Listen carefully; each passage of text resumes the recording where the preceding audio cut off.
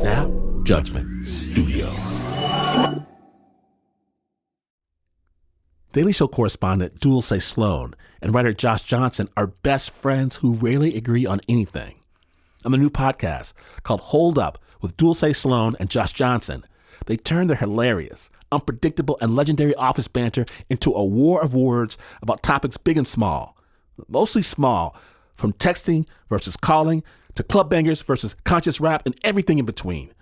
Listen to Hold Up with Dulce Sloan and Josh Johnson from The Daily Show every Thursday on the iHeartRadio app, Apple Podcasts, or wherever you get your podcasts.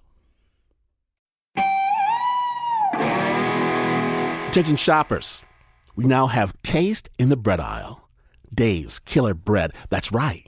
An organic bread that's no longer a sedative for your taste buds. Dave's Killer Bread is on a mission to make the most of the loaf, to rid the world of GMOs, high fructose corn syrup, and artificial ingredients, and plant the seeds of good in all that they bake. Killer taste, killer texture, always organic.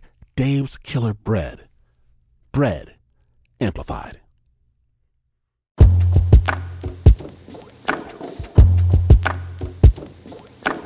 Welcome to the world of Spooked.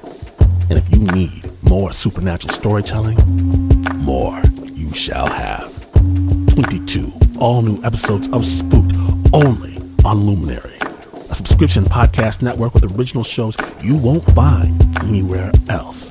Visit luminarypodcast.com to start your free trial. Not available in all markets, and terms apply.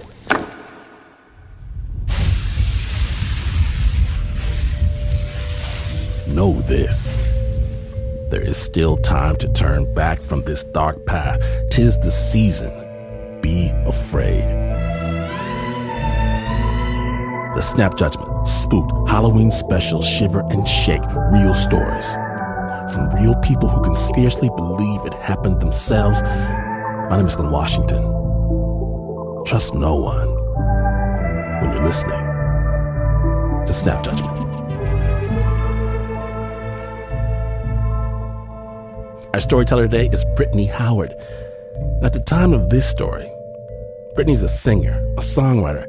She was the lead singer of the group Alabama Shakes, but this is before the fame, before the adulation. The band is just getting off the ground, and she needs a place to practice, to create, to dig deep inside herself. And Granny's old empty house seems perfect. But before we get into it, I want to hand it over to our Spook producer, Chris Hambrick, who interviewed Brittany. Spooked.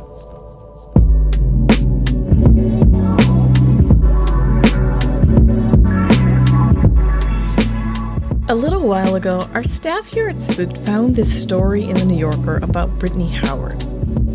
We love Brittany Howard, lead singer of the Alabama Shakes, an amazing musician and songwriter. And there was one short paragraph about the house in which Brittany grew up. She said that it was haunted. In fact, she said while driving by the house, that bitch was haunted as hell. And then the story moved on. Of course, our interest was piqued, so I set out to learn a little bit more. We got Brittany on the phone to find out just what was going on in that house.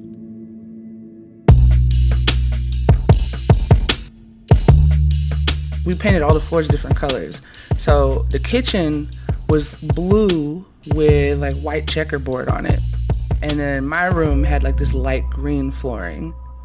And the walls had all this sponging on it. I had the biggest bedroom I ever had in my life, decorated the way I wanted to with plants. I was like really excited to have my own space and excited for us to not live in an apartment anymore. But there's this deep corner of my room, and it's just a corner. It's just a 90-degree angle, just like all the other corners in the room. But this corner in particular, I always felt like somebody was watching me from that corner.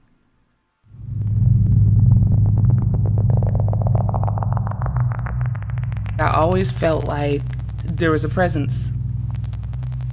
I really didn't talk about it because I just thought it was my imagination.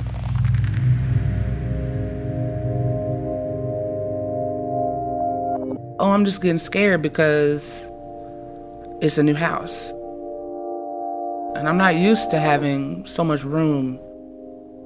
And so it's just a new place, and I'm just psyching myself out.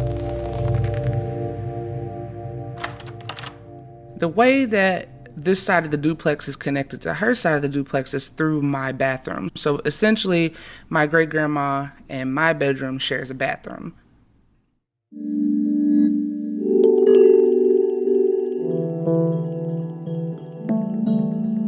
So she would like come through sometimes.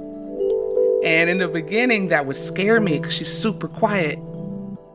I would be in the living room watching TV, and then she would just pop up. And she would have like ice cream cone. It would be like midnight. And I'm like, great grandma, what are you doing? And she's like, I just thought you wanted some ice cream, baby. I'm like, I'm good.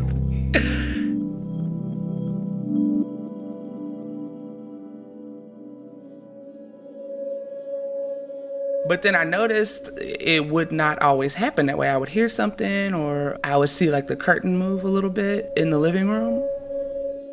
And I'd be like, oh, it's great grandma. But it wasn't. But then we had a cat, so I just kind of thought, oh, it must have been the cat.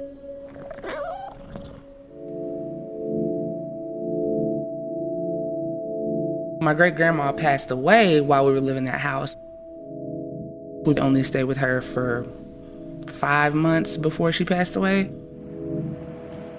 So now it was just me and my mom in this big old duplex. We'd be eating breakfast together, and my mom would just blurt out and say, great grandma came and sat on the end of my bed last night.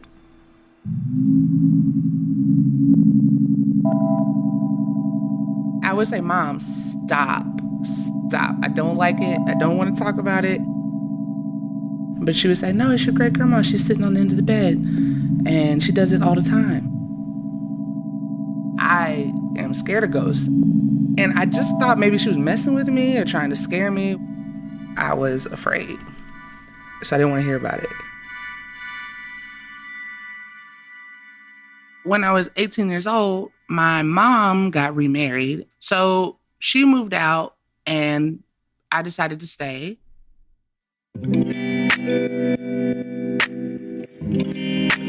I was pretty excited to live alone. I was excited to be independent.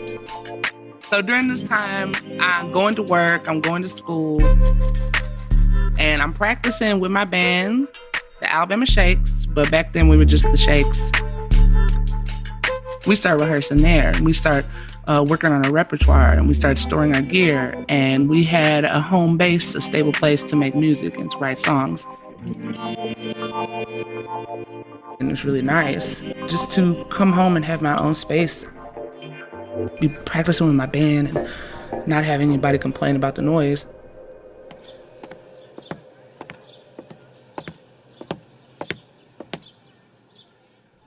One afternoon, I had just gotten off of work. I was landscaping, so I'm tired. I'm ready to eat something. I go in the house, go in the kitchen, and I'm about to make my struggle meal, girl. A can of corn and some toast. I'm in there heating up this can of corn. I turn on some music.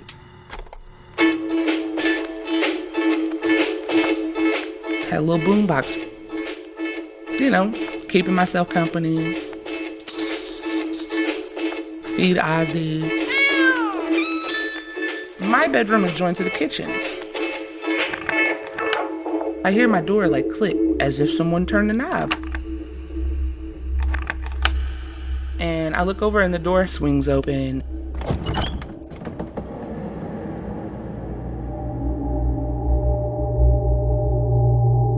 The first sensation I had was a chill going up my spine and my skin getting all tingly like adrenaline. I was ready to fight or flight.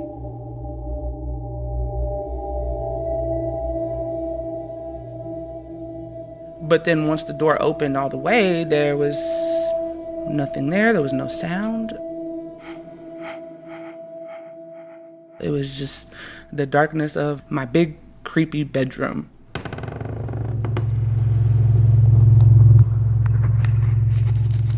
stood there for a while, just looking into that space, waiting to hear a footstep, waiting for what I should do next. I just said, oh, maybe it's time for some new doorknobs, like a whole new gear. Maybe it's all worn out and that's why that happened. Okay. I remember cautiously walking up to the door, grabbing the door handle and pulling it back closed and hearing that. And then thinking, I'm not sure, but it was nothing. And then I go sit on the couch and I eat my dinner in front of the television and put it out of my mind. Not too long after that, I was getting off of work. I go into the house. It was such a beautiful day. The sun was shining. There was a cool breeze. I didn't want to sit inside the house, so I go on my back porch.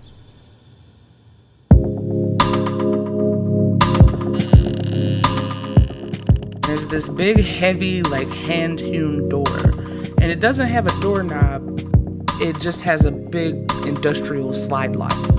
So I kind of pull the door behind me just like a little bit to make sure my cat doesn't get out, and then I call my best friend, and I'm talking to her on the phone. What are you gonna do this weekend? What are you gonna do tonight? Just shooting it. I hear my cat batting at the door, trying to open the door all the way so he can come outside. And I say, hold on, girl. Ozzy's trying to get out. So I turn around. Sure enough, there he is with his little paw sticking through the door. I pull the door all the way too. And then I get back to my conversation. Sitting on the porch, chat, chat, chat. Next thing I know, I hear this sound again. And I think to myself, I guess that's Ozzy trying to get out again. Hold on, girl, let me do something about this for good. I push on the door, expecting to open it to see my cat. The door was locked.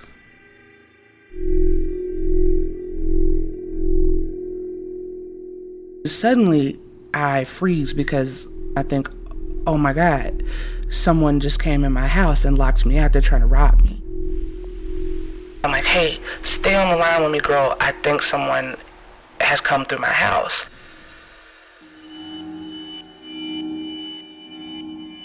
So I run around the side of the house and I go back in through the front door because I had left the door unlocked. Only weapon I have in my entire house is a machete. So I got this machete and I'm going through every room in my house. I'm looking in the showers. I'm looking in all the closets.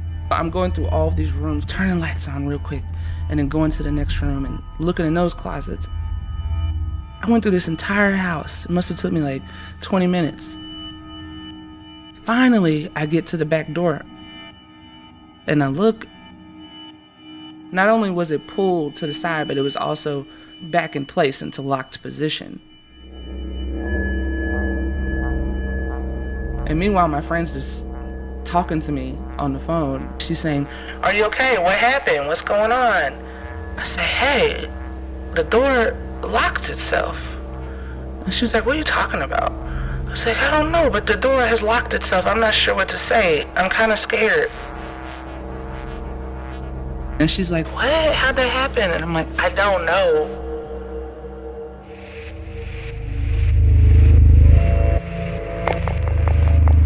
I just stood there staring at the door and I saw how it had been locked back. And I know that this slide lock, this heavy industrial slide lock on this door, could only have been moved by hands. That's the only way. Not by the house settling, not by the cat, not by wind. I opened the door back up. I looked at the screen door. I look at the back porch where I was sitting. I just thought, I'm okay. Nothing's happened, so I'm just gonna get on with my day, I guess.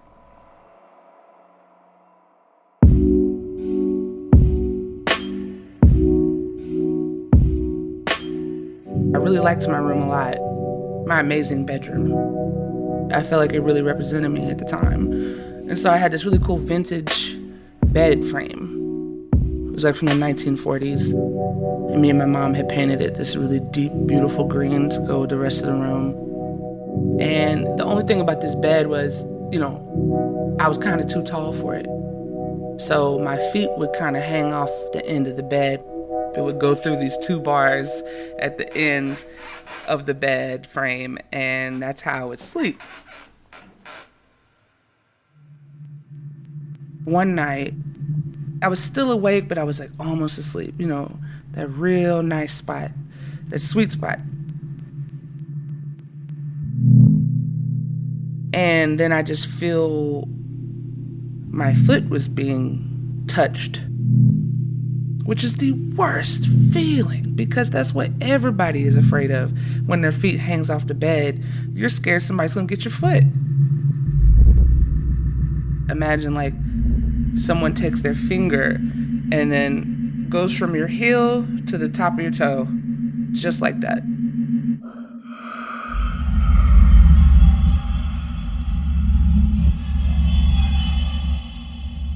I thought, oh, what was that? And I immediately get out of bed and I think it must be my cat. My cat must have been trapped in the room tonight because I never let him sleep in my room. And so I look under the bed, there's nothing under there but like clothes and boots and stuff.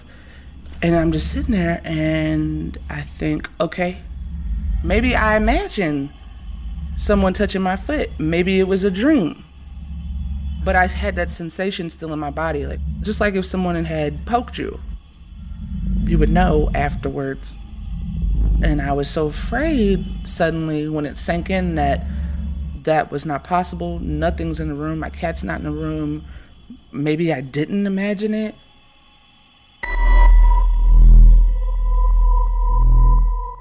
It's slowly flooding to me these strange experiences that I had been having in the house since my mom moved away, such as cabinets creaking open, the door to my bedroom opening, curtains moving on their own, being watched. I'm thinking something else is in this house. I think this is a haunting.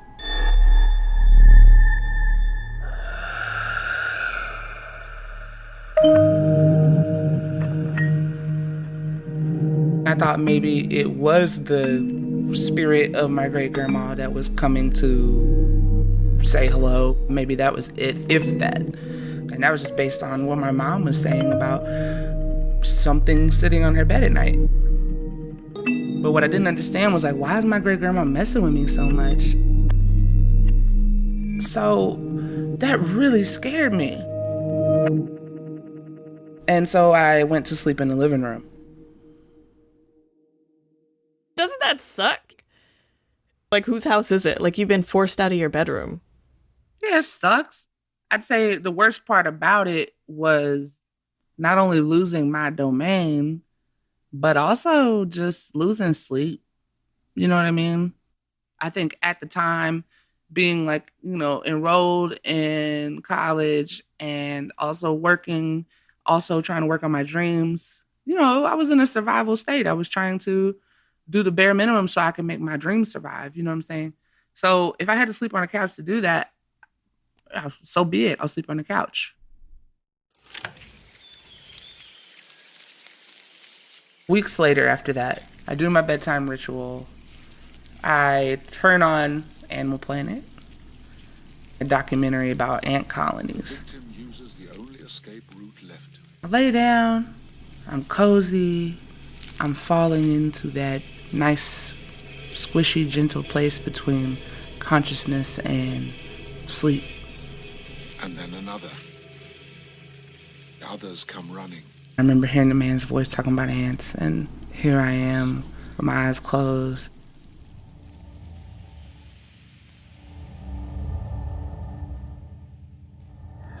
And I start hearing this growling, and I think to myself, it must be on the TV. And then it gets closer and louder.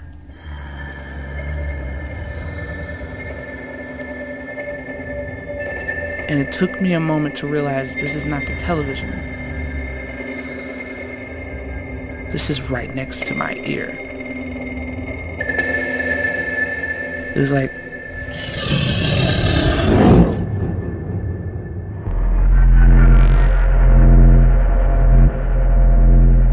and I was like, oh my God. The first thing out of my mouth was an expletive. And I look around, terrified. I'm looking around my room. I'm like, what was that? What was that? What was that? What was that? It made me sit up.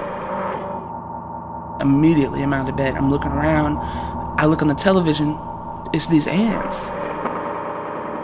I thought it must have been animals on the TV. But it couldn't have been. So then I thought maybe it's raccoons fighting under the house, which is the most country thing I've ever said. But it was not raccoons fighting under the house. Everything was quiet. Everything was copacetic.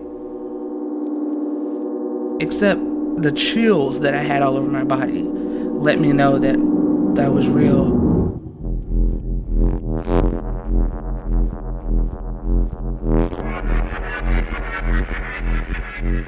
I go into the kitchen and I'm just standing there. And I'm like, what do I do? My heart is beating so fast.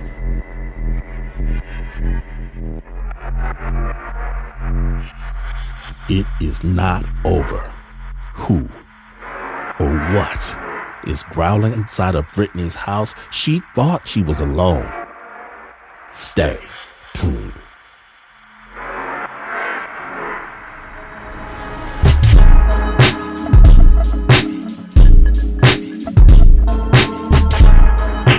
Hey, it's Glenn.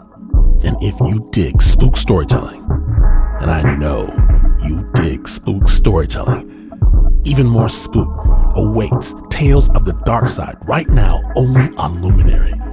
Visit luminarypodcast.com right now before it's too late. luminarypodcast.com. Go ahead and start your free trial.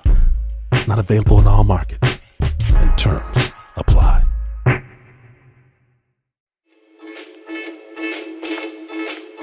Welcome back to Snap Judgment, the spooked shiver and shake episode. When last we left, Brittany Howard had just got her own house. She can stay up late, practice with her band, the Alabama Shakes, and do whatever she wants. The only problem is, Brittany's got unexpected company.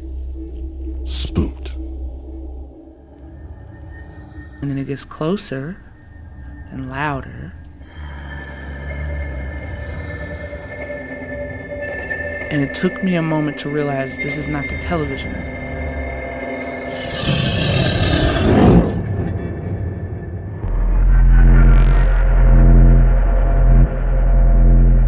And I was like, oh my God. The first thing out of my mouth was an expletive.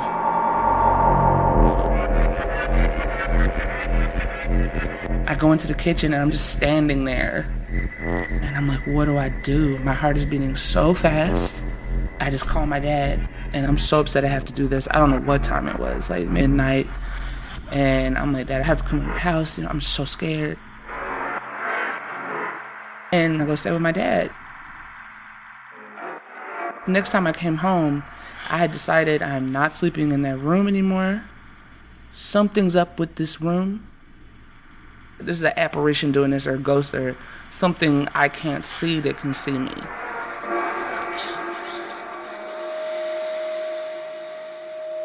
I never talked to my mother about it because she's not afraid of ghosts, supernatural things like that.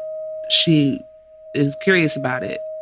I brought it up like one time with my mom, and she just said just a mouthful. She's like, sometimes I see orbs and stuff in the house and like telling me all this stuff. And I'm just like, that's not comforting. That is the opposite of what I'm trying to hear right now.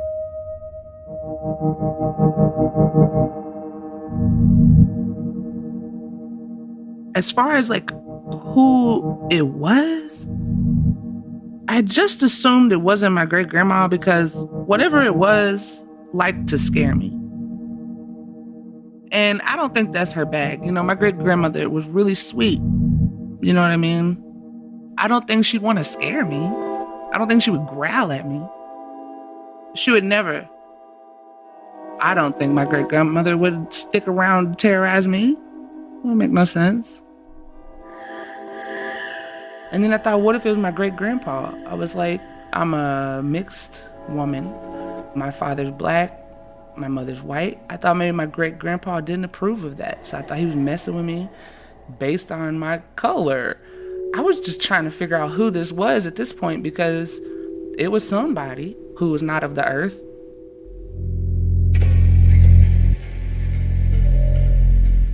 But then when it came to the growling, is a growling ghost. What does this mean for me? My worst case scenario was like, what if it's demons? I mean, you know what I'm saying? Like in the hierarchy of ghosts or whatever, it seems like demons is pretty bad. So I said, you want my room? You can have my room. I chained the door shut. I would only go in my bedroom to get into my closet to get ready for work. I would not sleep in it, would not spend any time in it. I had basically moved my sleeping quarters to the little living room because I couldn't explain it and I didn't feel safe.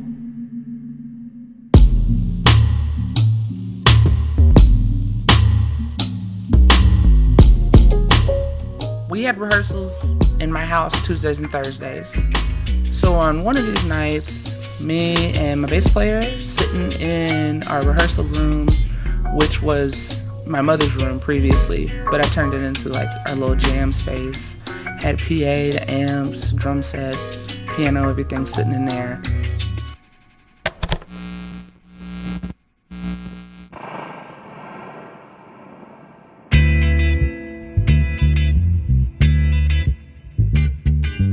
I was seated playing guitar, and he's seated next to me playing bass. We were just running through this section of the song over and over again. We're trying to perform it perfectly. So we were playing it. Every note was perfect, and then all of a sudden he stops.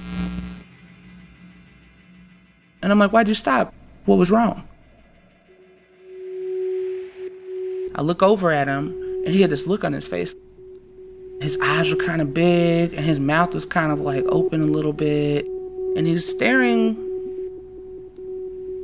at a doorway where you could kind of see where two rooms join. I'm starting to get scared because I've never seen this look on his face before. He says to me, something just whispered in my ear right next to my head. And I'm like, what are you talking about? He's like, I don't know. I'm gonna go. I was like, you're gonna go? You're gonna tell me that and go? He's like, yeah, I don't wanna be here anymore. Pretty sure your house is haunted.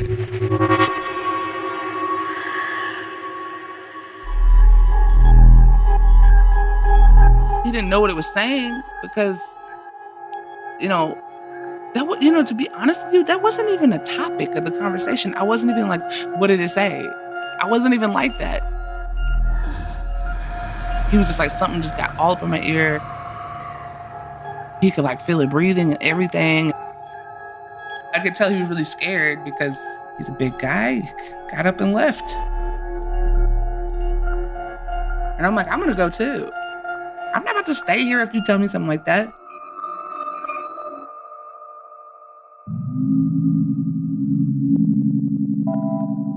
The only thing I know to do was to leave. I packed an overnight bag. Called my pops. Hey, Pop, come to sleep on that couch.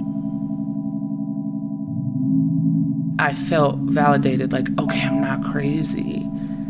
But then on the other hand, I was like, my house is haunted. What am I gonna do? This is scary. This is ramping up.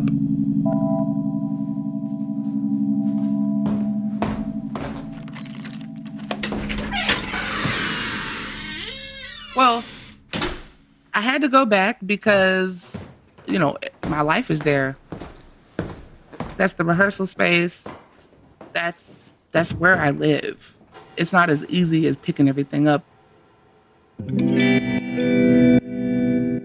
I I just knew that being pushed out of the house meant I lose my independence.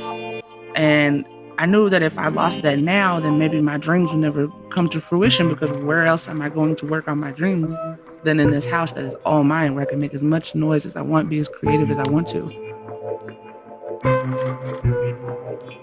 There's some economic issues that go into staying into a haunted house that no one talks about. I'm here to tell you, hello, if you don't have money saved up to make a move, you are still in this haunted house. Ghosts don't pay rent.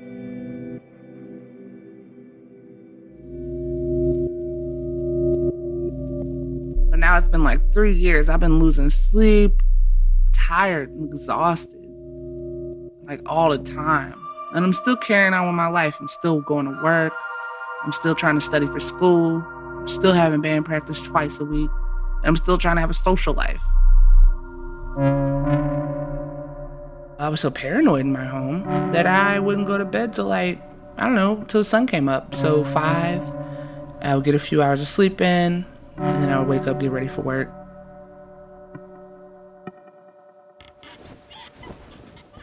I'm on the couch, trying to go to sleep. It must have been after 11. It was fall. And I hear footsteps crunching on the leaves outside. So immediately I think, oh my God, someone's here to rob me.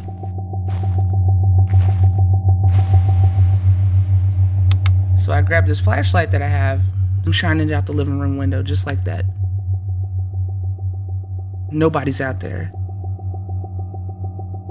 My adrenaline's running again, and I'm so tired.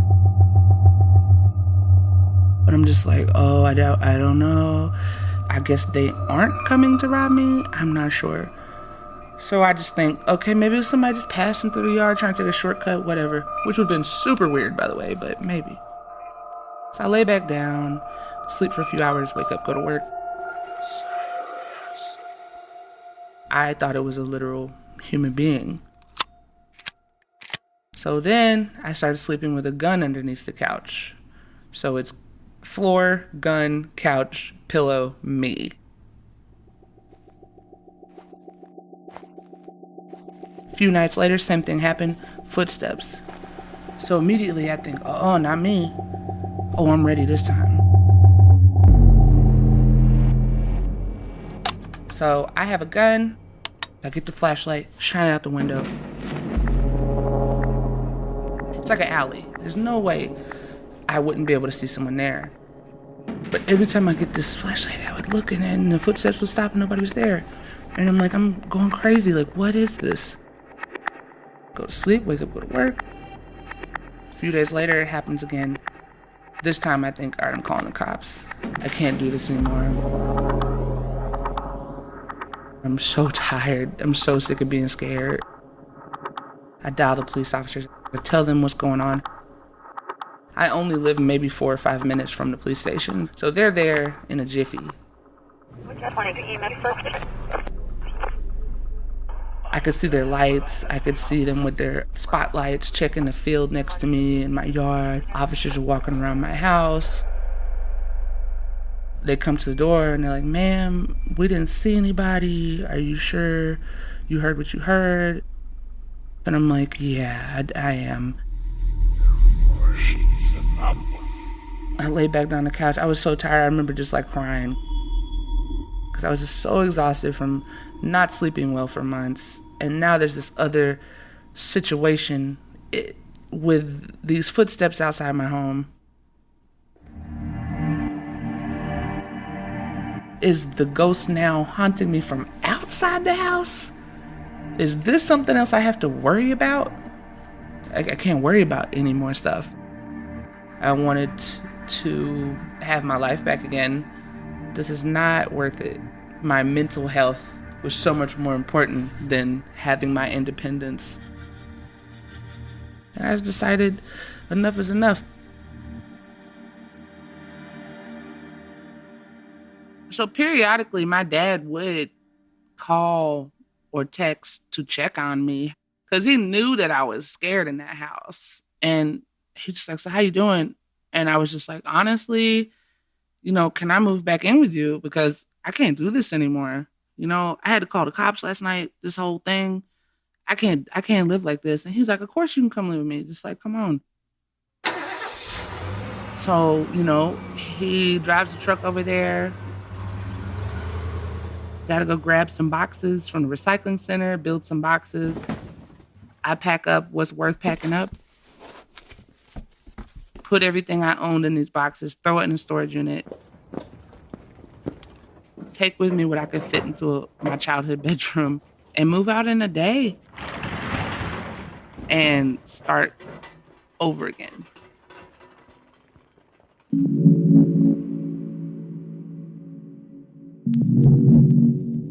The conversation with my band was just like, this isn't practical. We had to move our rehearsal space. I just basically told them we can't do it here anymore. I gotta leave. Let's find somewhere else. They understood, and they're just like, yeah, sure, we'll find some place. And that place happened to be my guitar player's father's garage. And we made it work. Everything changed very suddenly, but it worked out. I have thought about the spirits so many times. One thing I tried to follow up with was talking to a psychic who had proved to be accurate about like things in my personal life and other friends and stuff. I remember asking her about it and saying, yeah, I used to live in this house, and I felt like there was another spirit in it. I didn't give her too much, but she's just like, oh yeah, you should check out the history of Native Americans in your town. She's like, because what I'm seeing is like, this is native land. It has nothing to do with the house. It just has more to do with the attachment to the actual land itself, and that the spirit does not want to leave this land or you think it's yours. And I was like, I don't know, I guess that's good enough for me. I don't know. So the ghost won. If you say so, if he wants that old jankety house, yeah, he won. You know what I'm saying? Yeah, he won it. It's still there. What do you feel like you lost? What do I feel like I lost? I didn't lose anything. I'll tell you what I gained. Peace of mind. Okay. About 5 Grammys. Okay. I'm good. I didn't lose anything. All I did was gain from that point.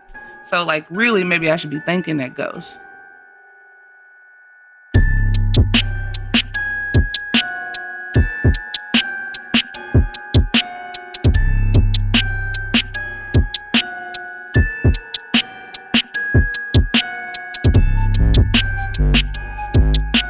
Big thanks and big love to Brittany Howard. We are so glad you got the last laugh against that bad spirit. The original score for that story was by Leon Morimoto. It was produced by Chris Hambrick.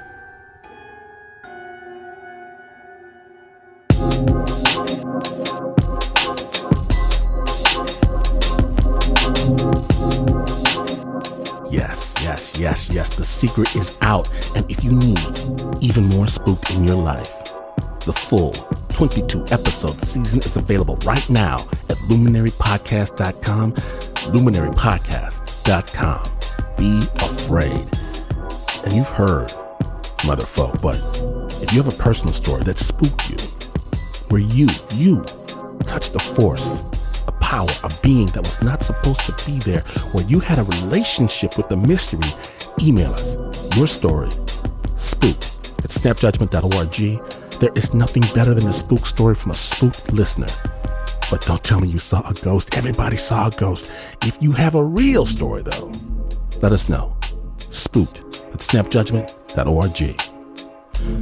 Now, the best way to ward off evil spirits is by wearing spook gear.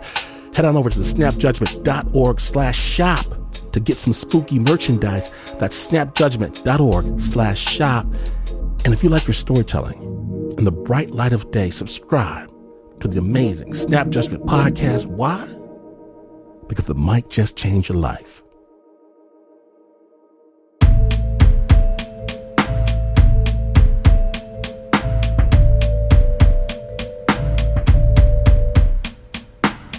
brought to you by the amazing team that the Alabama Shakes always welcomes with open arms.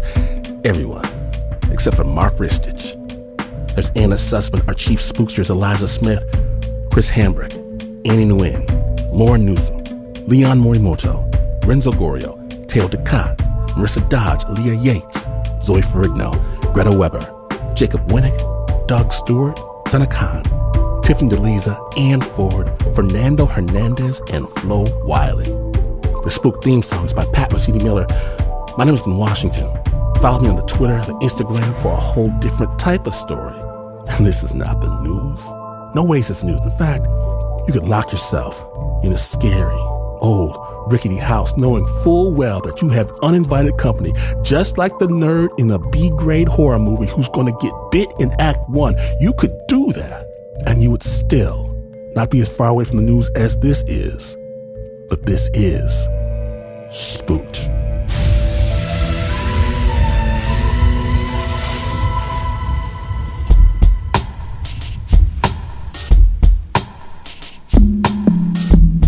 If you need more spook storytelling this Halloween, we've got more spook that you can hide in an abandoned well in the middle of the deep, dark forest. 22 all-new episodes of Spooked await your listening pleasure only on Luminary, a subscription podcast network with original shows you won't find anywhere else. To start your free trial and to be afraid, visit luminarypodcast.com. Not available in all markets. Terms apply.